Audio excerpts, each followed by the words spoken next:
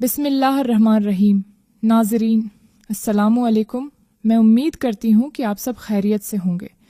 آج میں آپ کو یہ بتاؤں گی کہ دین اسلام کے مطابق سہاگ رات کس طرح منائی جائے۔ اس رات میاں بیوی کو کون سے کام کرنے چاہیں اور کون سے نہیں کرنے چاہیے۔ میں پوری کوشش کروں گی کہ آپ کی رہنمائی اس طرح کروں کہ اب میں سے کسی کو بھی میری کوئی بھی بات ناگوار نہ گزرے۔ آئیے ویڈیو کا آغاز کرتے ہیں۔ سب سے پہلے جب آپ اپنے سہاگ رات والے کمرے میں داخل ہوں تو اپنی بیوی کو سلام کریں۔ سلام کے بعد بیوی کے ماتھے کے بالوں کو تھام کر یہ دعا پڑھیں: اے اللہ، میں اس عورت کی بھلائی اور جس مقصد کے لیے تو نے اسے پیدا کیا اس کی بھلائی مانگتا ہوں، اور اس کی برائی اور جس برائی کے لیے تو نے اسے پیدا کیا اس سے تیری پناہ مانگتا ہوں۔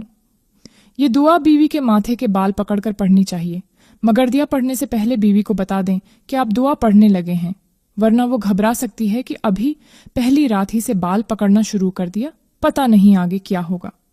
شادی کی پہلی رات میں بیوی کو کوئی خاص تحفہ ضرور دیا جائے۔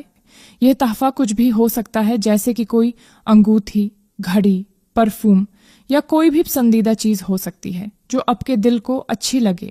بیوی کو اس رات مٹھائی بھی کھلا سکتے ہیں، اور اگر اپنے ہاتھوں سے محبت سے کھلائیں تو یہ محبت بڑھانے کا خوبصورت طریقہ ہے۔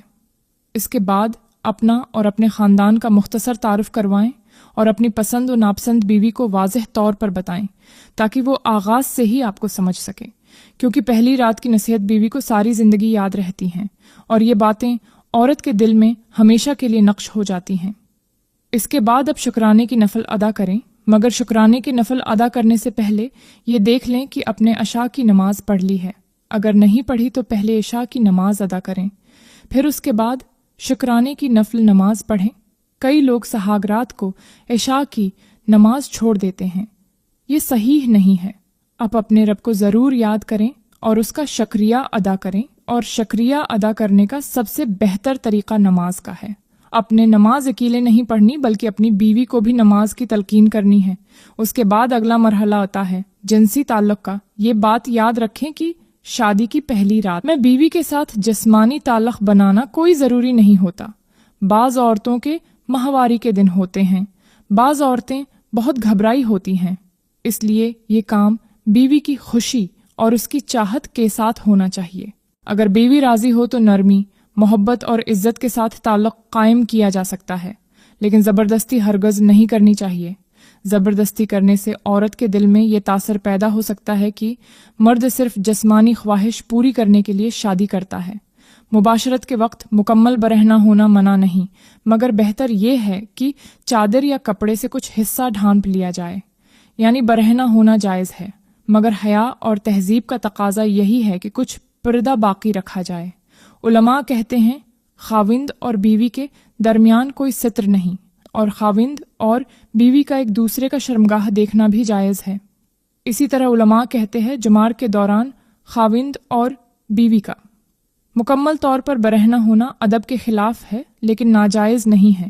میں نے بہت سے علماء اور دار الافتہ سے معلومات کی ہے، وہ کہتے ہیں شریعت میں حرام چیزیں صرف دو ہے: حیض کی حالت میں جماع کرنا اور دبر میں جماع کرنا۔ مباشرت کے بعد فوراً بیوی سے الگ نہ ہوں، بلکہ کچھ وقت پیار بھرے انداز میں بات کریں تاکہ عورت کو منزل ہونے میں ٹائم مل جائے اور وہ بھی اب کے ساتھ فارغ ہو جائے۔ کمرے کی روشنی درمیانی رکھیں، نہ بہت تیز ہو نہ بالکل اندھیرا، تاکہ پردے اور حیا کا ماحول قائم رہے۔ روشن کمرے میں مباشرت بھی جائز ہے، لیکن مدھم روشنی بہتر ہے۔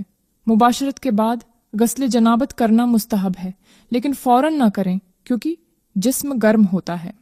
تھوڑا وقت گزرنے دیں، پھر غسل کریں۔ اگر اسی رات دوبارہ مباشرت کی خواہش ہو تو غسل کرنا بہتر ہے، لیکن بغیر وضو بھی جائز ہے، البتہ وضو یا غسل کر لینا افضل ہے۔ سہاگ رات کی باتیں کسی سے شیئر کرنا حرام اور گناہ کبیرہ ہے۔ اکثر لوگ صبح دوستوں سے پوچھتے ہیں کہ رات کیسی گزری، یا لڑکیاں اپنی سہیلیوں سے ایسے سوال کرتی ہیں جو سراسر شریعت کے خلاف ہے۔ ناظرین، یہ تھی نکاح کی پہلی رات سے متعلق اسلامی رہنمائی۔ کچھ لوگوں کو شاید میری یہ باتیں اچھی نہ لگی ہوں، مگر یہ بات یاد رکھیں کہ ہمارے مذہب اسلام میں نماز پڑھنے سے لے کر بیوی کے ساتھ ہمبستری کرنے کے زندگی کے ہر کام کرنے کا طریقہ بتایا ہے۔ مگر اس کے باوجود اگر آپ کو میری یہ باتیں اچھی نہیں لگی ہیں تو میں آپ سے اس پر معافی چاہتی ہوں۔ اللہ تعالی ہم سب کو دین پر چلنے، دین کو سمجھنے اور اس پر عمل کرنے کی ہمت اور توفیق دے، آمین۔ اب مجھے اجازت دیں، فی امان اللہ۔